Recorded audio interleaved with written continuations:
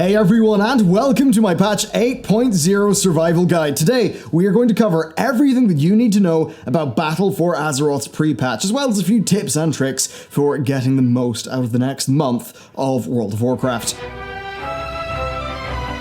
Okay, so patch 8.0 is the pre-patch to Battle for Azeroth. On a technical level, it does bring much of Battle for Azeroth into the game. However, that is all locked until the switch flips on the 14th of August. So, for the next month, we are limited to level 110 on the content of Legion, but with many of the new systems of Battle for Azeroth being present, this means the stat squish is in, communities are in, war mode is in, class changes are in, and there's also some tweaks to the content. As an example, gold missions have been removed from your order halls. So today what we're going to do is pretty much go in depth on everything, and I'm going to kick it off with the class changes.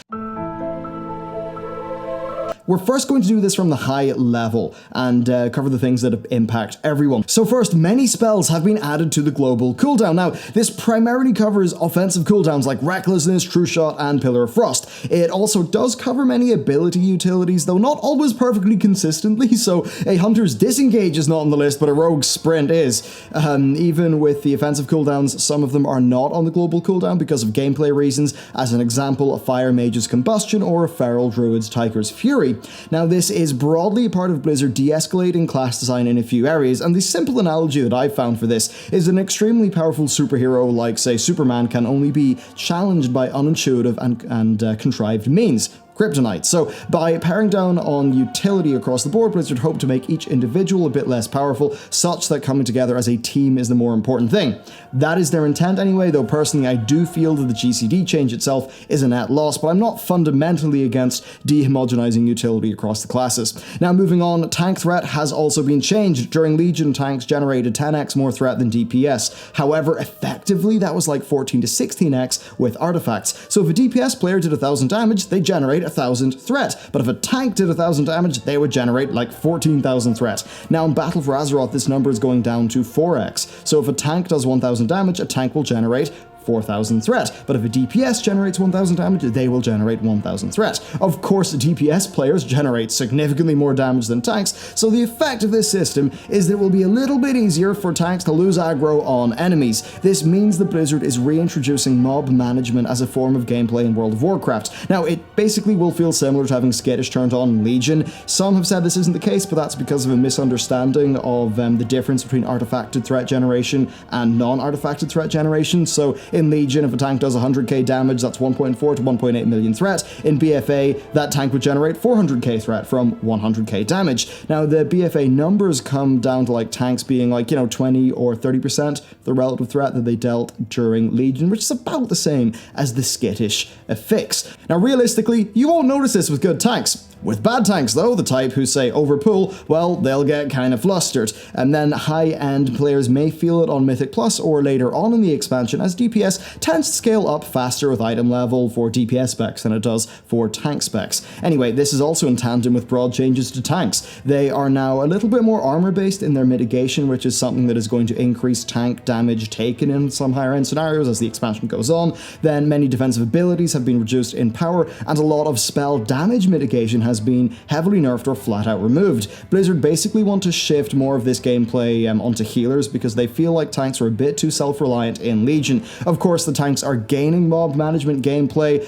which somewhat doubles down on their role as essentially being the dad of the group. Moving on, Blizzard have changed many ability damage calculations to operate off both attack power and weapon damage. Basically what they're doing is they're flattening the difference between melee classes who previously would or would not rely humongously on weapon damage as a stat, and this basically will give you like better balance between, say, a monk and a warrior. Then also damage over time effects have been changed, so basically the tick rate per second of a dot increases with haste, but the duration of the dot remains the same, which means you'll see more ticks with each tick doing the normal amount of damage. This means you will dish out significantly more damage with a haste increase, and that makes haste a more desirable stat, especially for, say, a Feral Druid. Then we see changes to racials, with Arcane Torrent now being a dispelling a buff instead of interrupting, and Every Man for Himself now has a longer cooldown, which brings them a little bit more in line with the power of other racials. So that's the broad changes. Let's move on to talking about some class-specific ones.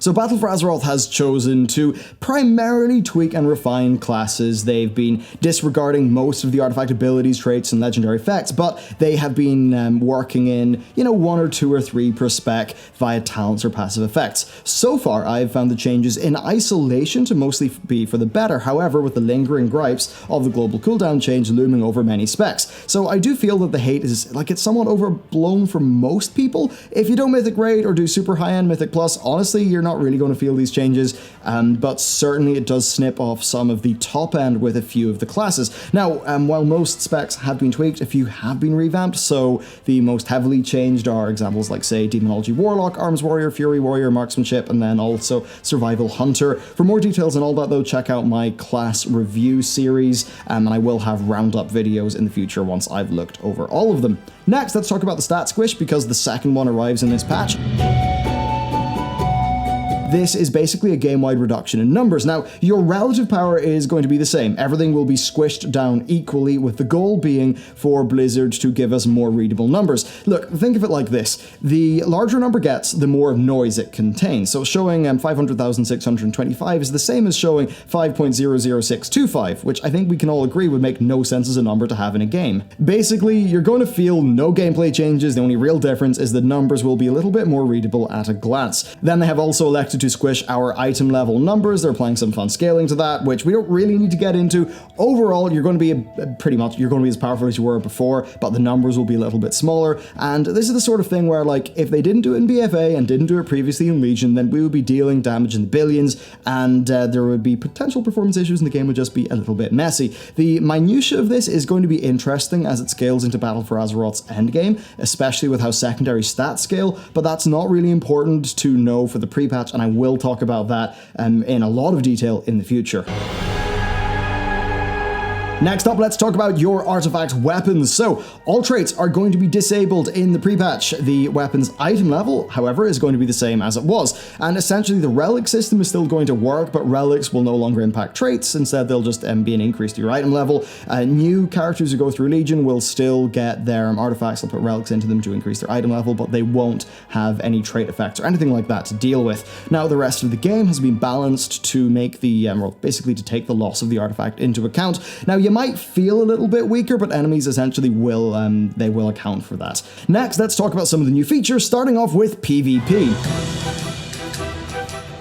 And the first PvP feature, of course, is War Mode. That's included in the pre-patch, as has the new PvP talents, which are going to be always unlocked, and the new honor system. So, first up, War Mode. Now, War Mode can be activated in either Stormwind or Orgrimmar, and activating it is going to flag you for PvP content, and it's going to put you in a PvP phase of Azeroth. Now, this feature comes in tandem with the removal of PvE and PvP server distinctions. There's only going to be normal servers and RP servers, and RP players won't be connected to other realms with this system, so their culture and all that will remain unchanged. Now, War Mode exists as a more full way to support world PvP content in WoW. This involves you always having PvP talents be active in world content. You get conquest for killing other players, and there's a new incentive system where you can gain extra experience if leveling, or scaled up rewards from world quests if at max level, as an example, say more artifact power, and really that's there to offset the slowness that's inherent with just, doing a quest and having someone just walking up to you and killing you. Now, there is also a kill streak mechanic, so if you kill enough players, you'll actually get an assassin title and you'll get a bit of a buff, which is really cool. However,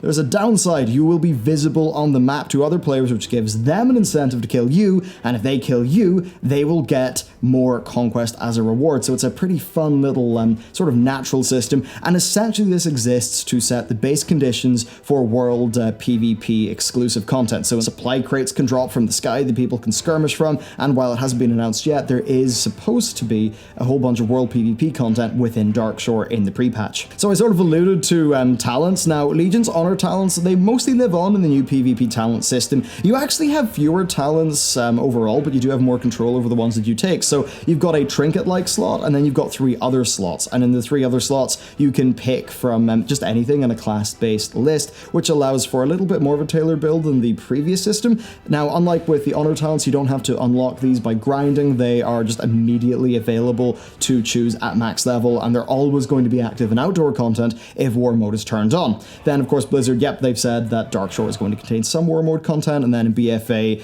they're starting off with the supply crates, as I mentioned, but it does seem like they want to add more there in the future, so we'll just have to see how it pans out. Now, the honor system has also changed. You now have an account-wide honor level, and that's calculated by tallying up all the honor points across all of your characters. Now, the existing Legion rewards are already included in the system, unlockable at honor levels 1 through 300, with the Battle for Azeroth rewards slotting in after that. And then finally, the pre-patch is going to mark the beginning of the Legion PvP postseason, which is basically just a fun time to mess around with the class changes, and you'll be able to get quick catch-up gear via strong boxes for doing PvP content. Next up, let's talk about the communities feature, which is actually one of the features that, as a content creator, has excited me the most. So, WoW communities are in with pre-patch, and these are groups that players can join. They are region-wide, and the easiest way to describe them is that they're kind of an in-game Discord server that is joined on a character level, not an account level. So, an individual character can be in multiple communities. Now, this feature exists alongside guilds, which also happen to benefit from the new communities UI, which makes guilds a little bit more robust. So, you can make chat channels, set ranks, you can even do voice chat, which is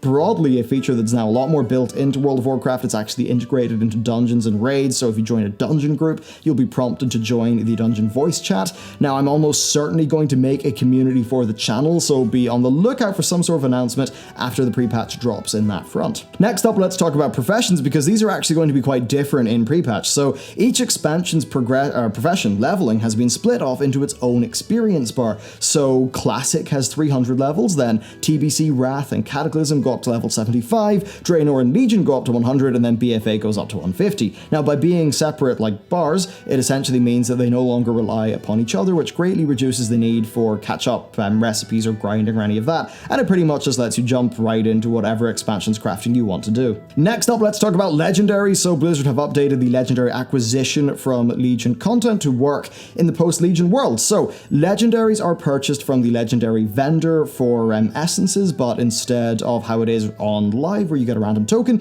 you can instead purchase specific legendaries. This basically allows you to fill out your collection and also to prepare for leveling in Battle for Azeroth. Now, the legendaries only work up to level 115, but they will be pretty handy to start off with, especially because you're going to have a pretty nice weapon with your artifact. It'll just be a big stat stick. You'll have a high item level neck with the Heart of Azeroth, and then you'll have 2 legendaries. Then the essences can also be earned by completing world quests throughout the Broken Isles and Argus, so this is going to provide you with a pretty stable way to earn them in the future of the game.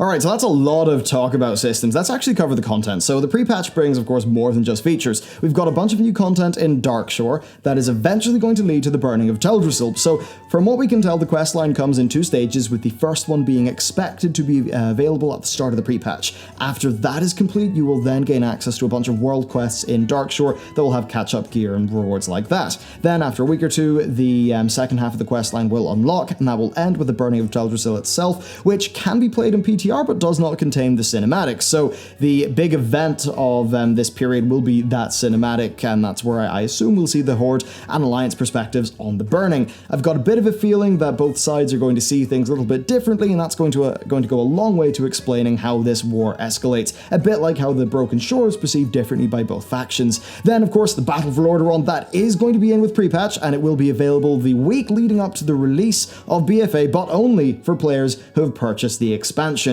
And so far, that does seem to be it in terms of the content bar, whatever they do for war mode. There doesn't seem to be much in the way of super unique rewards, bar say the mounts that both factions get for completing the burning of Teldrassil content. So maybe it's a little bit sparse in comparison to the Legion invasions that made this time 2 years ago so exciting. But yeah, that's pretty much what we're playing with. Finally, let's touch on some of the visual updates. So, Blood Elves are now going to be able to select golden eyes, which reflects the purification of the Sunwell and what that's done to them. Then Orcs will have the ability to stand up straight, which can be selected at character creation or the barber shop. Then in terms of new animations and stuff, there's some new spells across the game, as well as targeted animation changes, and a broad overhaul to the Warlock animations, which were really long due, because of course everyone else had theirs in Legion, and that's something that I hope to get a preview video of out in the pretty damn near future. So yeah, there we go. That's what's up with the pre-patch. Let me know what you think about the pre-patch down in the comments. A little bit of me's kind of bummed out in comparison to the Legion one.